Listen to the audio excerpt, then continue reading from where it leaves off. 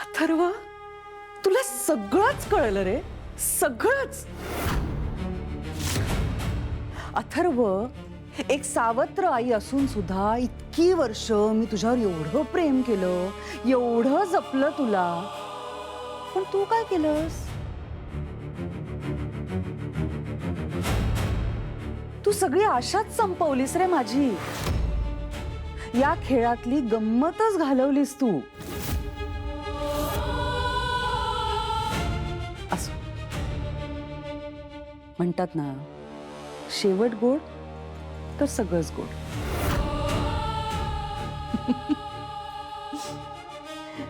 आणि मीरा, माझा तर विश्वासच बसत नाहीये.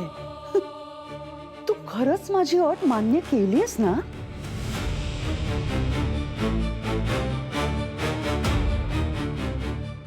हो.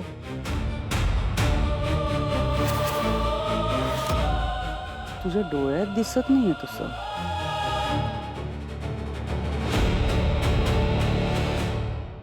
डोळ्यात दिसणं काय असतं?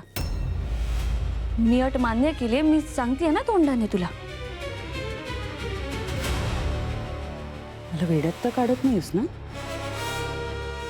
हे मला जमत नाही आणि ना यात मला इंटरेस्टही नाहीये. वेदाला वाचवणं हेच माझं आयुष्य आहे. त्यासाठीच मी या घरात प्रवेश घेतला होता आणि हे मी कधीच विसरणार नाही. तू तुझ्या नवऱ्याला विचारलंस ना? पण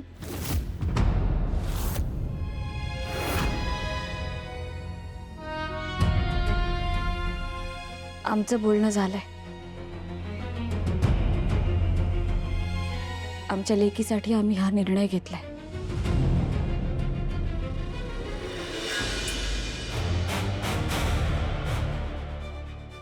पण का कोणास ठाऊक माझा ना तुमच्यावर विश्वासच बसत नाही.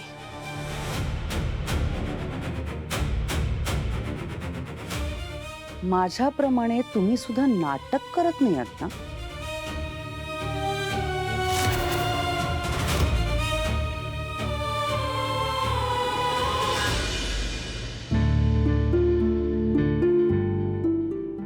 काय खरंय काय खोटंय काहीच कळत नाहीये.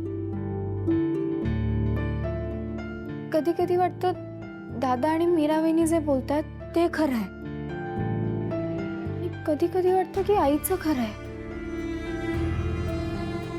I am totally confused. एक तर वेदा सापडत नाहीये. नक्की कुठे असेल?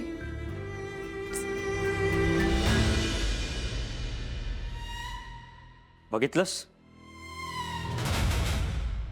तुला सांगत होतो मी. आपण आपल्या आयुष्याचा इतका मोठा निर्णय घेतोय आणि हिला हे नाटक वाटतंय. ही हिची रिॲक्शन. आणि ह्या सगळ्यात वेदाला त्रास होणार तो वेगळा. मीरा, परत एकदा विचार करूयात आपण. माझा विचार करून झालाय. तुम्ही प्लीज. अगं, तुझा विचार करून झालाय. हिचं काय? आपण इतका मोठा सॅक्रिफाईस करतोय आणि हिचा विश्वास बसत नाहीये. बरोबर बोलतोय.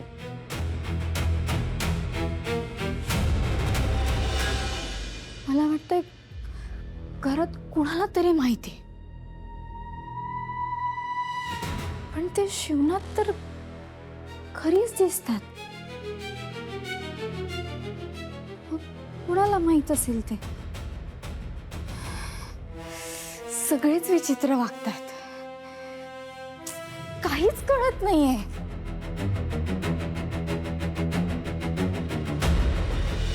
आई पण आज जरा विचित्रच वागलीये. आधी स्वतःच पोलीस कंप्लेंट केली. पोलीस जेव्हा घरी आले तेव्हा मला नर्मदा आत्याला बोलवायला सांगितलं. मी बाहेर आले तर पोलीस गेले होते. मी आईला विचारलं तर तिने काहीच सांगितलं नाही मला. इतका इम्पॉर्टंट टॉपिक तिने असाच सोडून दिला. नाही नाही अनन्या, काय विचार विचार करतेस तू? हे बघ, तू काहीही विचार करते असं काहीच नाहीये. आई आहे ती ती ती वेदाचा जीव नाही घेणार. अनन्या, हे काय विचार करतेस तू? ती किती प्रेम करते आणि किती माया करते ती आपल्यावर.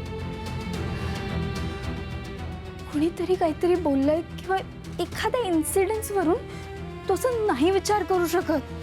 आणि एवढा मोठा डाऊट नाही, असं काहीच नाहीये. अनन्या, हे बघ, तू चुकतीयस.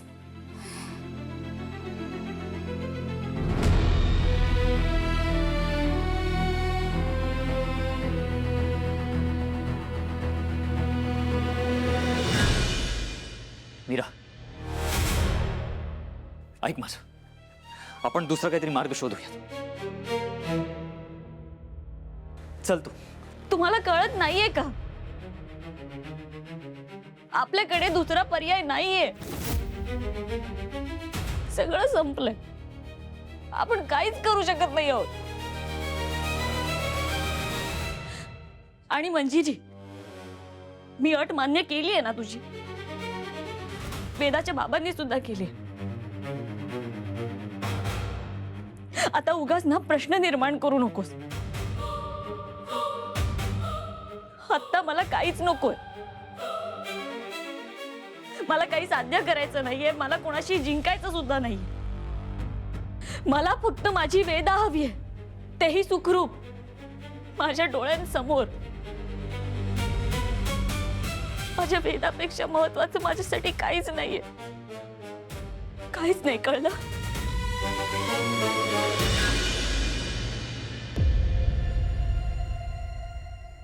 चल.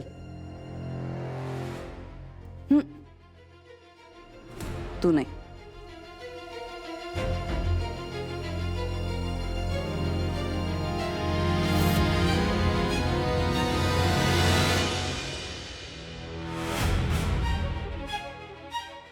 मीरा, मंजिरी,